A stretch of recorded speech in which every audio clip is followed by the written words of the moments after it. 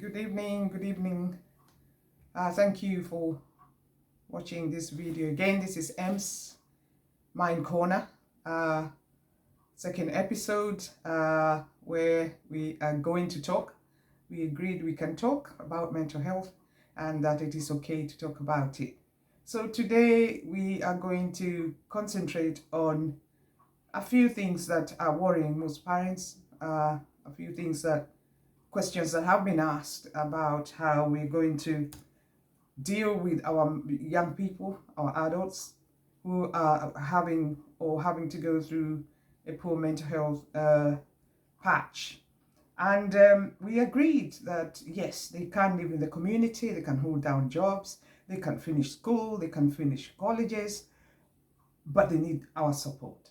And we are not coming here with answers, no. We are coming here to discuss and see how best we can support them and how best we can live with them and maintain our relationships with our children whilst they're going through a phase of mental health, be it depression, be it suicidal thoughts, anxiety, eating disorder, body dysmorphia, body dysphoria, whatever it is that our young people are going through. We need to talk about it so that we can help each other. Remember, the more information we gain, the more information we hold, the more information we share, the better that we will be in supporting our young people. Now, we agreed that young people feel upset, frightened, afraid of what they're going through. They feel they've lost their mind. They know that things have changed, and that's very upsetting for them. It's very frustrating for them, and they're living with fear and in fear. They don't know what to do next. And the parents, on the other hand, are struggling to manage the children. They're struggling. They don't even know what to say anymore. They don't know where to start. Some of them had never heard about the particular mental health, issue that the child is going through. And we're here not to give answers. We're here to share this information with the professionals, with the clergy, with the teachers, with the community leaders, so that we can gain as much information, which will then help us to cope with what we have to go through. So today we want to look into some of the signs, that are informing us that things have changed with our young children or our young adults. What are some of the signs that we pick out that inform us that things are changing or things have changed or something is wrong? Number one, isolation. They begin to isolate themselves. They were coming out and talking to the siblings, talking to the parents, and all of a sudden they want to stay in their own rooms. They want their own company. And you ask them, are you okay? And they're telling you, I'm okay. That tells you there's a problem. Another thing is disinterest in joining the family. You used to go out before, you used to do things together as a family, and then all of a sudden, the young person has changed.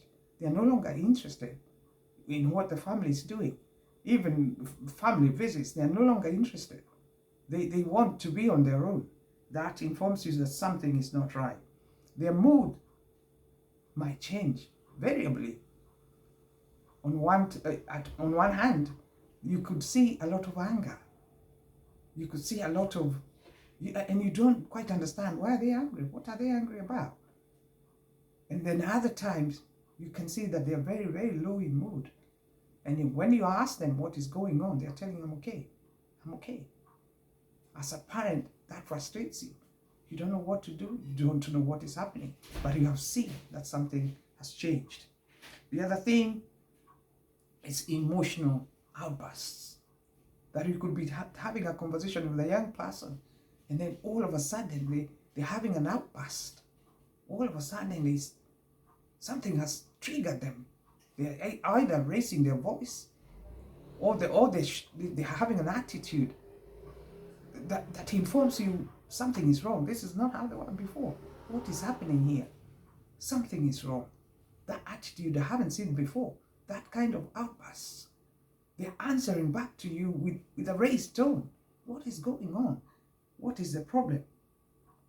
Unable to concentrate. You can tell they are unable to concentrate. This is a child who was waking up on time to go to university, to go to college, to go to work, and all of a sudden the concentration is no longer there.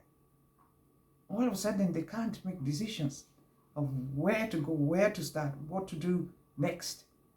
And they appear to be lost. They're not saying anything, but you can tell.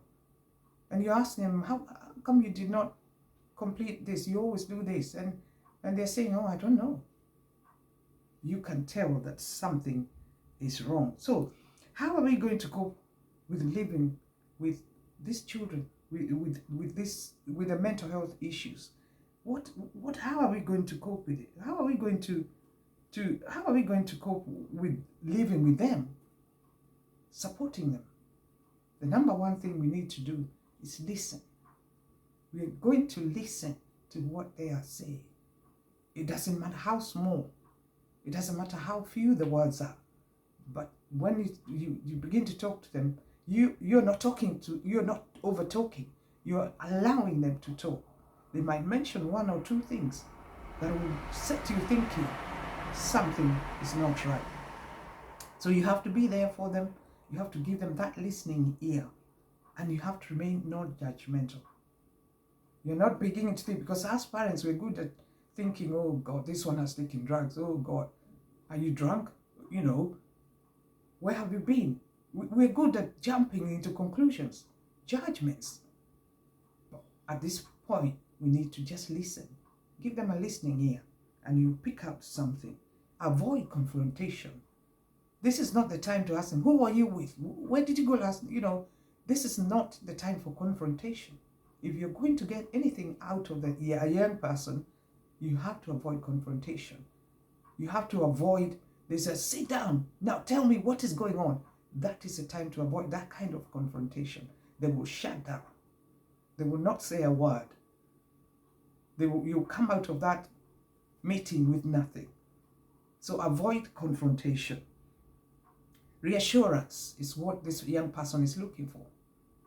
Yes, you have noticed there's a problem, but you're reassuring, you're telling them, I have noticed that you're going through a tough period, but I know we can work on this together. I'm here for you. I will help you out. So it doesn't matter what you're going through. It doesn't matter what has happened, but I will help you go through it. That kind of reassurance is what this young person is looking for. Ask them, do you want to talk to me, or would you rather talk to somebody else? Because sometimes they're not comfortable speaking to their parents. You find that sometimes these young people, young adults, they would rather speak to mom's friend or mom's sister or dad's uncle, dad's brother. They would rather speak to somebody outside of this immediate family. They feel comfortable that way. They feel they can open up more than speaking to their own parents.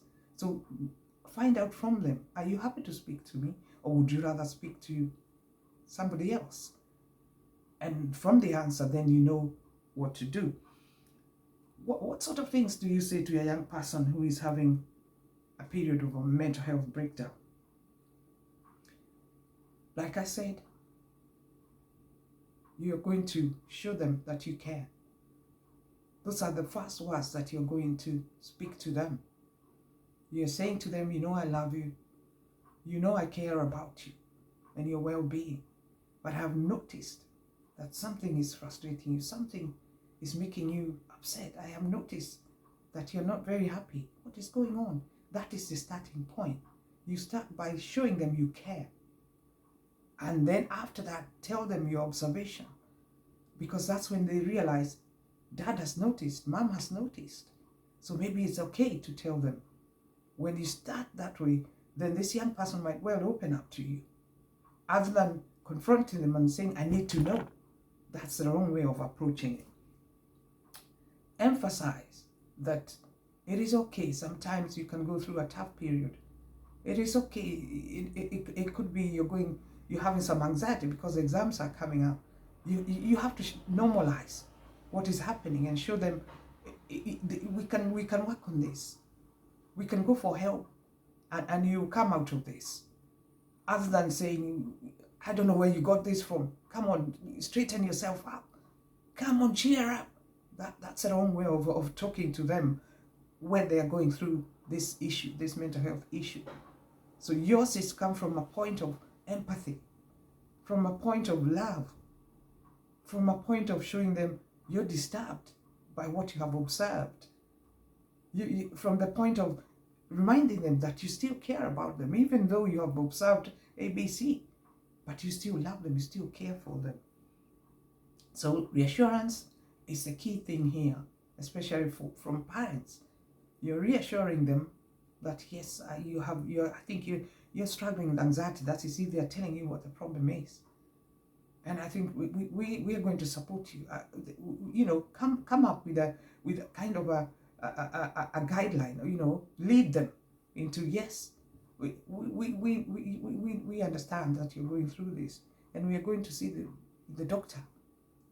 So you're leading them, because at that point, remember, they're broken. Remember, they don't understand themselves what the problem is and how they're going to deal with it themselves. It's scary for them.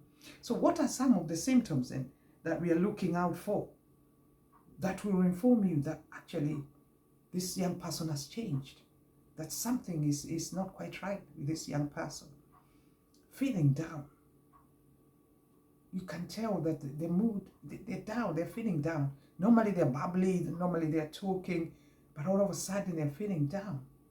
They look sad. They come from school, they're looking a bit sad. You say hello and they're saying hello, yes, but you can tell that they're looking sad and they appear sad. And that is one of the symptoms. Excessive thinking, excessive, you're looking at them and you can tell they're worried about something. There's some fear in them, but you don't know fear of what. So when you see that, then you know that something is a matter. Withdrawal from friends. There are certain things, there are certain friends they like to see.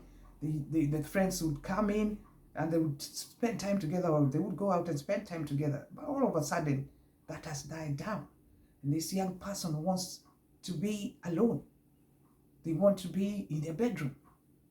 They're quiet in there. And you're asking them, are you okay? Yes, I'm okay. But they're all by themselves. They're isolating themselves, withdrawn. Even the interest they had in doing things is no longer there. That informs you that something is wrong. It's a symptom that something is wrong. And that is the time to begin to think of how you're going to approach this young person. Remember, we have spoken of different ways of approach. And remember, this is individually. You cannot deal with one child the way another mother is dealing with their child. It is individualized, depending on what the young person is going through. Some of them will feel tired. They will tell you, I'm tired. I can't do anything today. I'm just tired. Others have not slept for a few nights. You notice that they've just been lying in bed. They are not asleep. And you check on them at 4 a.m, they are not asleep. Others have not eaten for days. You serve the meal. You give them the meal. They will disappear with the meal upstairs. They will not even share a table with you. And then they bring the plate with only a quarter of the meal eaten. Other times they have not touched that meal. They have not come downstairs. You haven't seen them making a cup of tea, drinking some water, some juice. Then that informs you that something is wrong. And that is the time you begin to want to know what is going on. And remember, you're coming from a soft approach. You're not going there with the strength of a parent, the strength of, I need to know now. That strength of, you have used this and that.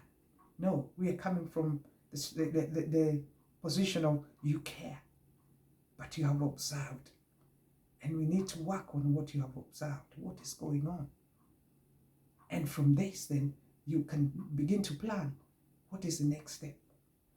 What are we going to do? Remember, it is frustrating to a parent as well. They want to help their child, but they don't know, what am I helping my child with? They don't know. Some of them don't even understand depression, anxiety, eating disorder, whatever else there is. So it is frustrating to the parent, and the parent has other responsibilities. They're working, they're looking after other siblings. They have a family to run, and the frustration can catch up with them. So that is the point that we're getting to today. In the next chat, we'll look into other ways that we can deal with this. Remember, we are only touching on a few. We are not saying this is the right way to deal with it. We're just saying this is common and this is what you can observe. So in the next program, we're going to talk about a concern that most parents are having, and they've written to me, depression, anxiety, self-harm, and suicidal thoughts, and what they can do about this. So do not miss next program. Remember, put your comment down because your comments are helpful. Remember to subscribe so that you do not miss. You need this information because you never know who the next person will be, because mental health is real. Thank you.